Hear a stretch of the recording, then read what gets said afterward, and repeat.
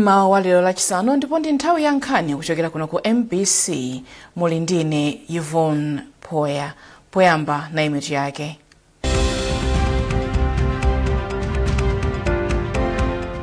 Boma lati likhazikitsa minda ikuluikulu isanu ndi itatu yoweta nsomba yomwe cholinga chake ndi kulimbikitsa ulimi wa mtundu pa chuma mdziko muno. Bungwe la Makra lati latsiriza ntchito yosintha mafrequency omvera wireless yomwe ilimbikitse komanso kupititsa patsogolo ntchito zowulutsa mawu. Ndipo katswiri woyimba Zeze Kingston tsopano walandira mphoto yake kutsatira kupambana kwake pa mpikisano wa MBC Entertainers of the Year mwezi wathawu.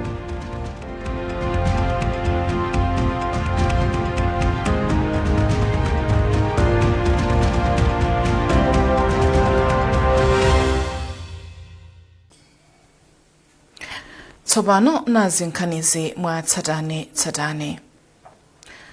Boma lati likhazikitsa minda ikuluikulu isanu ndi itatu yoweta nsomba m'madera osiyanasiyana mdziko muno zomwe zili ndi kuthekera kusintha miyoyo ya anthu.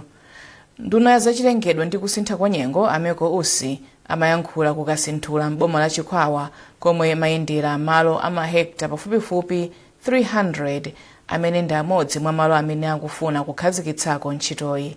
Zambiri mulipotili. Dziko la Philippines ndi limodzi mwa mayiko omwe akuchita bwino kwambiri pa ulimi otere pa dziko lonse lapansi. Kumeneko alimi amakolola mpaka 15 tons ya nsomba pa hekta imodzi miyezi isanu ndi umodzi 6 iliyonse, ndipo dziko la Malawi likufuna liyambe kuchita chimodzimodzi. Padakali pano pa hekta imodzi tikukolola nsomba matani 7 kamba kazovuta zosiyanasiyana monga kuchepa kwa ntchito komanso ndalama zogwirira ntchitoyi. Nduna ya zachilengedwe Ameko Usi atsindika kuti zinthu zisinthe. Iwo atsindikanso kufunika kwa unduna wawo pa ntchitoyi. Unduna wa natural resources and climate change ndi enabler kuna kupanda natural resources zimene zizitheka. Ndiye kufunika kwambiri kuti kunduna kwathu tikhale anthu a serious kuno kukasinthula. Tikufuna kuti kukhale malo amene anthu akamati kuli nsomba ku Malawi zikuchokera kunoko kwa kasinthula. Komanso ndi madera ena onse 7 amene atakhazikiridwe mdziko muno.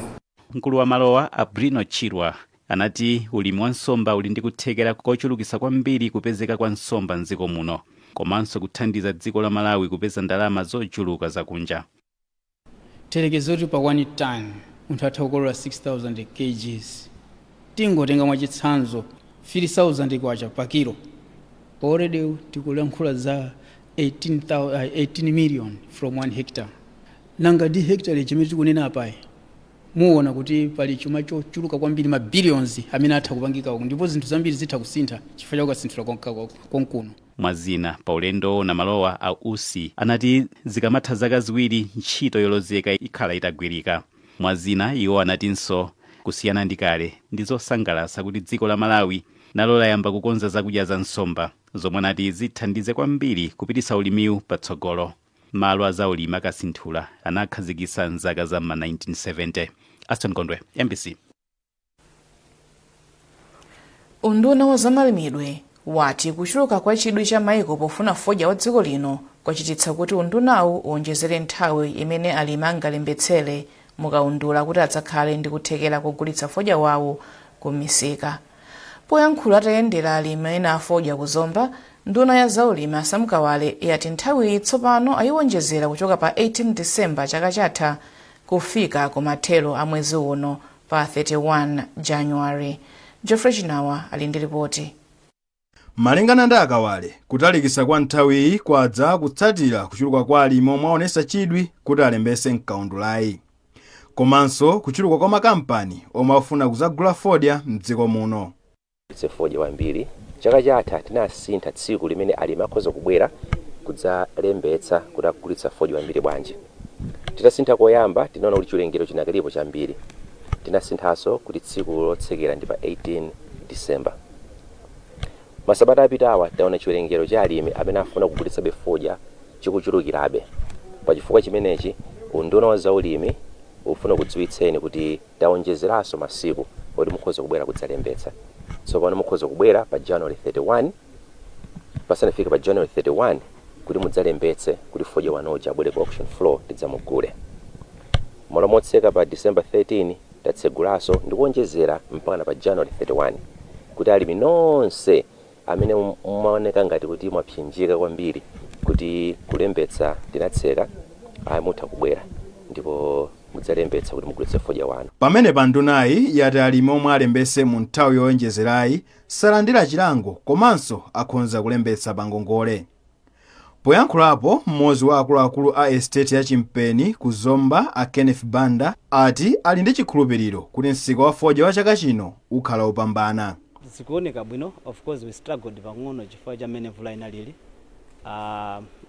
Tinazala moyambirira timayembekeza mvula iyi amene imagwera panali kang'amba komabe mvula yabwera. We hope for kuti zinthu zikhala bwinobwino. Pakagwidwe kathu ka ntchito zikuthandiza cause it's like tikuonjezera productivity. Mamoti tikanakolola kamodzi tikukolola kawiri, so production yathu ikukula komanso zikuthandizanso kuti mwina tithandizenso kulemba ntchito anthu ambiri. Mamoti tikanalemba season imodzi tikulemba kawiri, so zikutithandiza ngati company komanso zikuthandizanso dera komanso end of the day zikuthandiza dziko chifukwa choti at least we creating more jobs. Pakadali pano makampani 12 ndi omwe aonesa chidwi kuti adzipikisana kugula fodya mdziko muno. Jeffrey Chinawa, MBC, Zomba.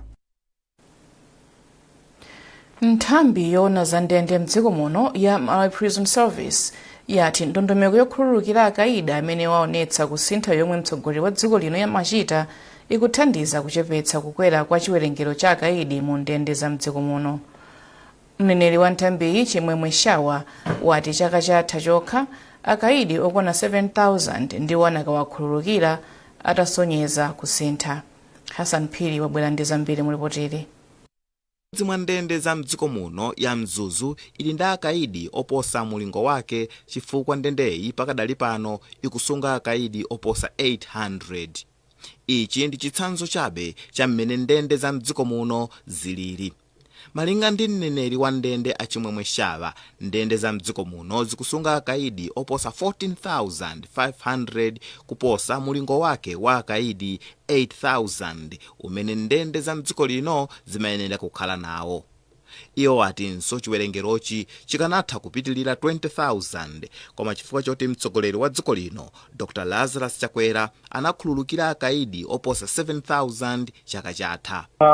Kuya wa president wa kaidi kumathandiza kwambiri, kumathandiza kuchepesa chiwerengero cha akaidi amene ali ndende ndikuti kuchepesa mavuto akuthinana omwe amakhala kuno. Takathathi ndikuti wina somanya kuti akaidi oposa 7,000 akhululukidwa ndikaona mapadoni amene amayendera. Koma kuti muone mpaka panopo tuli ndi akaidi okwana 14,000 zawo. Zochipanda president kumakhululukira akaidi kwezili ma 20,000 zomwe zikanakhala zovuta kwambiri kunkhaniyo yopereka maphunziro abwino maluso siyana komanso kwasamalira bwino akaidiwa. Ashawa atinso pofuna kuonesetsa kuti anthu akatuluka ku ndende asamabwererenso mu ndende za mdziko muno anayambitsa ntchito zophunzitsa akaidi sukulu ndi luso losiyanasiyana la ntchito zamanja. Iwo ati luso monga ulimi, kusoka zovala ndi zina zikuthandiza akaidiwo kuti akatuluka akathe kuyambitsa kugwira ntchito zomwe aphunzira m'madera akwawo. Ashawa ayamikira boma kuti likuyesetsa kuthandiza komabe ati kuchuluka kwa akaidi ku ndende kumasokoneza chisamaliro cha akaidiwo monga malo ogona, chakudya komanso thandizo la chipatala. Hassan Phiri, MBC, Mzuzu. Nkhani zikukufikani kuchokera kuno ku MBC. Tiyeni tionenso mitu yake.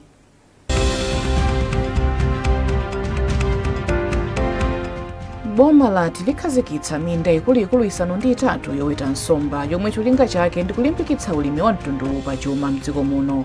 Bungwe la Makra lati latsiriza ntchito yosintha mafrequency omvera wireless yomwe ilimbikitse komanso kupititsa patsogolo ntchito zowulutsa mawu. Ndipo katswiri woyimba Zeze Kingston tsopano walandira mphoto yake kutsatira kupambana kwake pa mpikisano wa MBC Entertainers of the Year mwezi wathawu.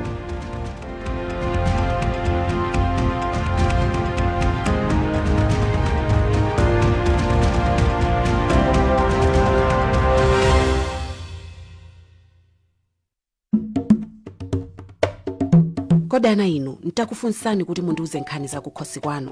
Mukhoza kundiuza nkhani zoti chani? Mkalasi zimandivula chifukwa cha udindo umene ndimakhala nawo. Nanga zomwe zimachitika m'madera kwanu, komwe mumakhala, mmadzona bwanji? Kabla kuno kumadzi timapeza anthu ambiri pano. Ndi chani chomwe mmafuna chitachitika kuti nanunso dziko limudzilimva koma? Tatiyeni tidzicheza, kukambirana, ndikabwera m'madera kwanumo, ndikabokosi, komwe mudziyikamo maganizo anu. Programu yake, The Box. Ndetu mudzionera programuyi lachitatu lililonse nthawi ya 2 koloko masana, komanso lachisanu nthawi ikakwana 1:30 masana. The Box. The Box. The Box. The Box.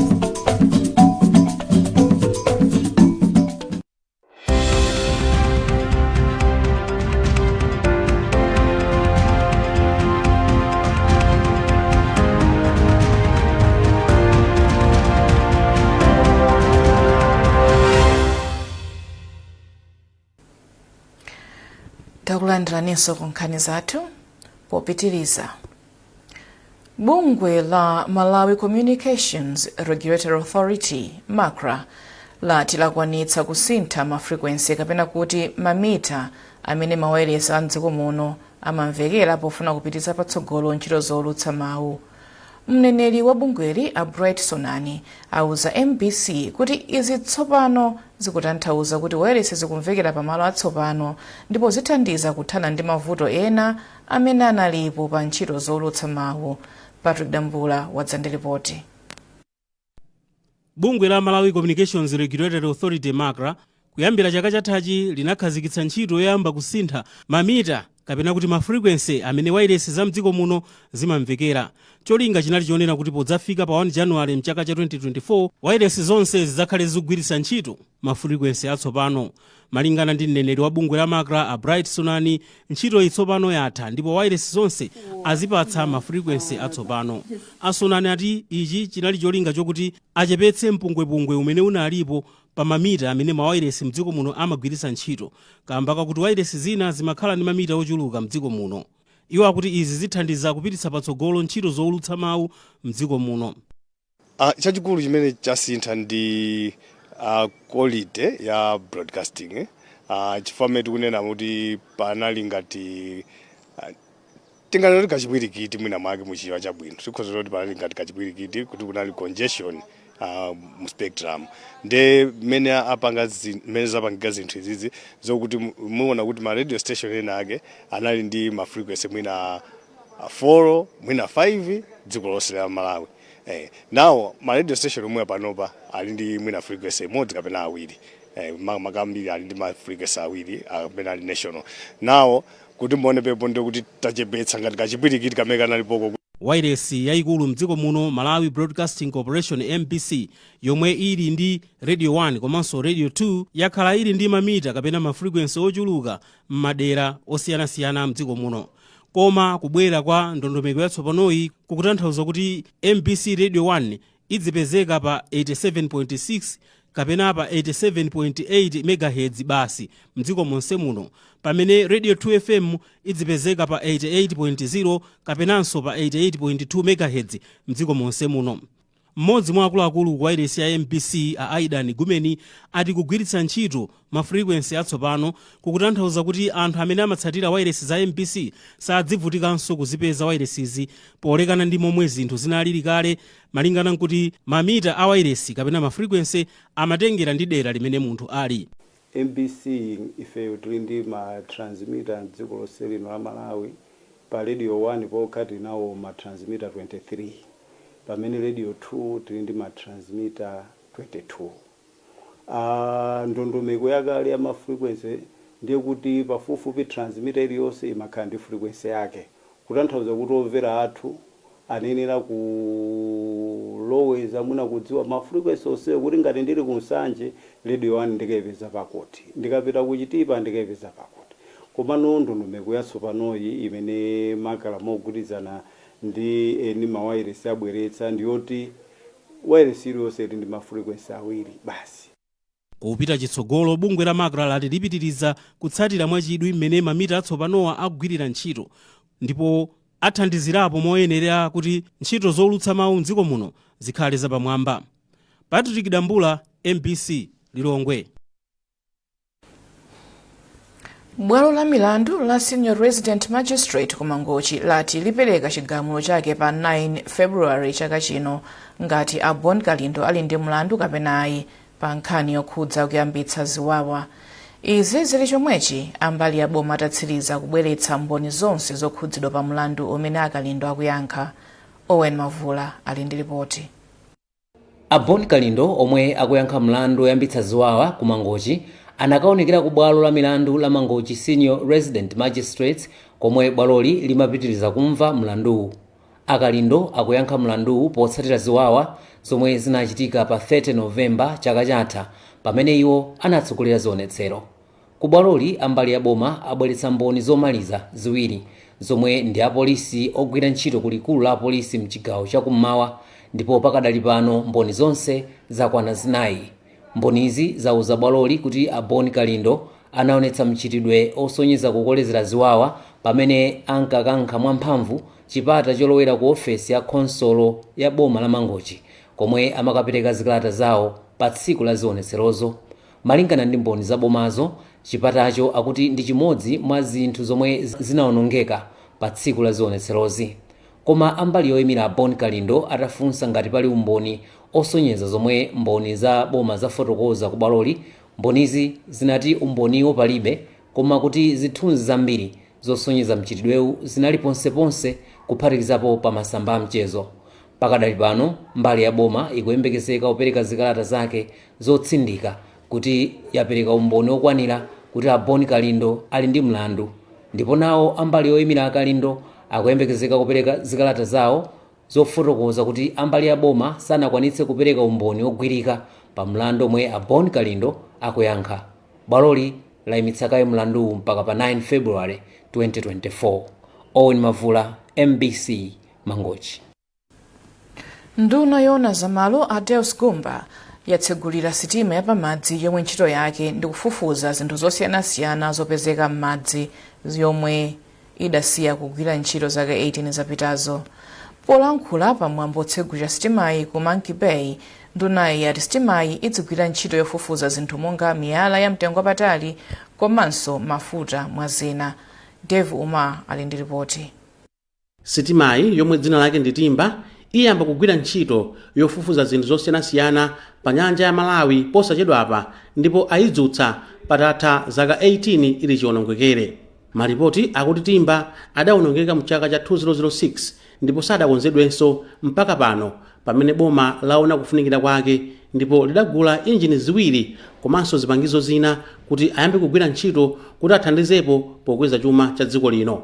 Polankhula pamene amaonerera kuyambiranso kugwira ntchito kwa sitimayi, nduna ya zamalo a Deus Gumba ati sitimayi ndi yofunikira kwambiri chifukwa ithandiza kuwulula zinthu zomwe zabisala pansi pa nyanja ya Malawi. Imenenso ni njira ine imene ibwetsera ndalama ku dziko lino. Nukamba pano bwera anzathu azungu akunja amene awipanga Highland sitima imene ikuyambira mama wali ikubwetsa ndalama zokwana pa tsiku 1,650,000 pa tsiku, ndipo ayitenga kwa miyezi iwiri. Ndimezo ndi pali imodzi yonjezera ndalama zimene zikusowa kuti kodinga liboma lipeza bwanji ndalama. So njirinso ndi njira imodzi kudzera ku nduna wathu wa zamalo komanso za save kuti tithandizire kabwetsero ka ndalama zimene zofunika mwina zikagwiranso ntchito zina zachitukuko mdziko lino.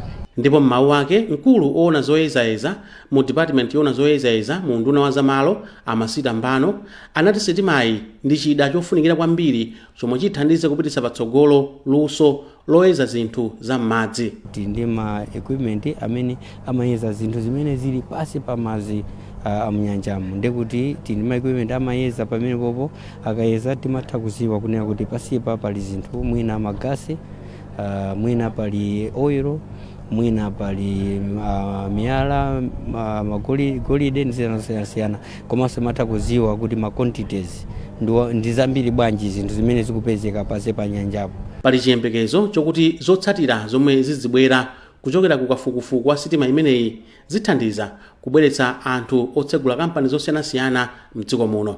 Dave Uma, MBC, Monkey Bay. Mmodzi mwa akatswiri oyimba amene anapata mphoto ya mpikisano wa MBC Entertainers of the Year, Zeze Kingston, tsopano walandira mphoto yake. Frank Biswick walemba ripoti ili lomwe akuwerenga Olive Phiri. Kampani ya Hi-Fi Electronics yomwe imagulitsa zida za nyimbo komanso za magetsi yakwaniritsa lonjezo lake lopereka mphoto kwa omwe anapambana mu mpikisano wa MBC Entertainers of the Year. Zeze Kingston yemwe anamusankha kukhala woyimba yemwe achita bwino mchaka cha 2023 komanso nyimbo yake yakusangalala inasankhidwa kukhala nyimbo yapamwamba walandira magitala awiri ndi microphone awiri. Poyankhula bwati alandira mphotozi, Zeze Kingston wayamikira bungwe la MBC chifukwa chobweretsanso Entertainers of the Year komanso kuthandiza azaluso mdziko muno. Chayamba kuthokoza kwa MBC Entertainers for awarding us. Chachiwiri kuthokoza kwa Hi-Fi Electronics kundipasa zinthu zimenezi. Chachitatu kuthokoza kwa mafans onse teams ezi amene anavota kuti tenge zinthu zimenezi. Mkulu woyang'anira za malonda ku kampani ya Hi-Fi Electronics Moses Makawa wati monga ogulitsa zida zoyimbira anasankha kupereka kwa oyimba zida zoyimbira ngati njira yolimbikitsa nyimbo. Thokoze MBC kubwera ndi ndondomeko ya Entertainers of the Year ndipo ife ngati mbali mozi ya ma partners ndi osangalala kupereka mphoto tsiku la lero kwa oyimba Zeze Kingston koma ichi nchiyambi chabe chifukwa ambiri akhala kukhamukira ku mashopu athu onse kudzatenga. Kampani ya Hi-Fi Electronics yalonjeza kuti ipitiriza kuthandiza MBC komanso Entertainers of the Year. Tikatele tatsiriza nkhani zathu mmawa uno. Bwanji tuonenso mitu yake.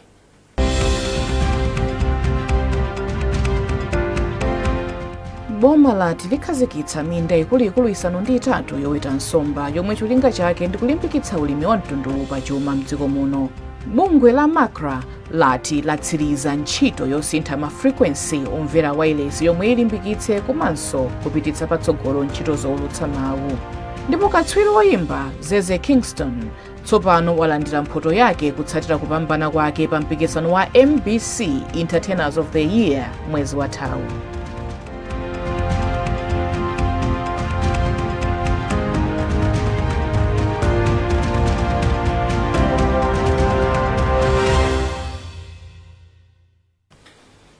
Mutha kupeza nkhanizi pa tsamba lathu la Facebook la Malawi Broadcasting Corporation kapena mbc.mw. Munali ndine Yvonne Tamanda Poya. Mawa bwino.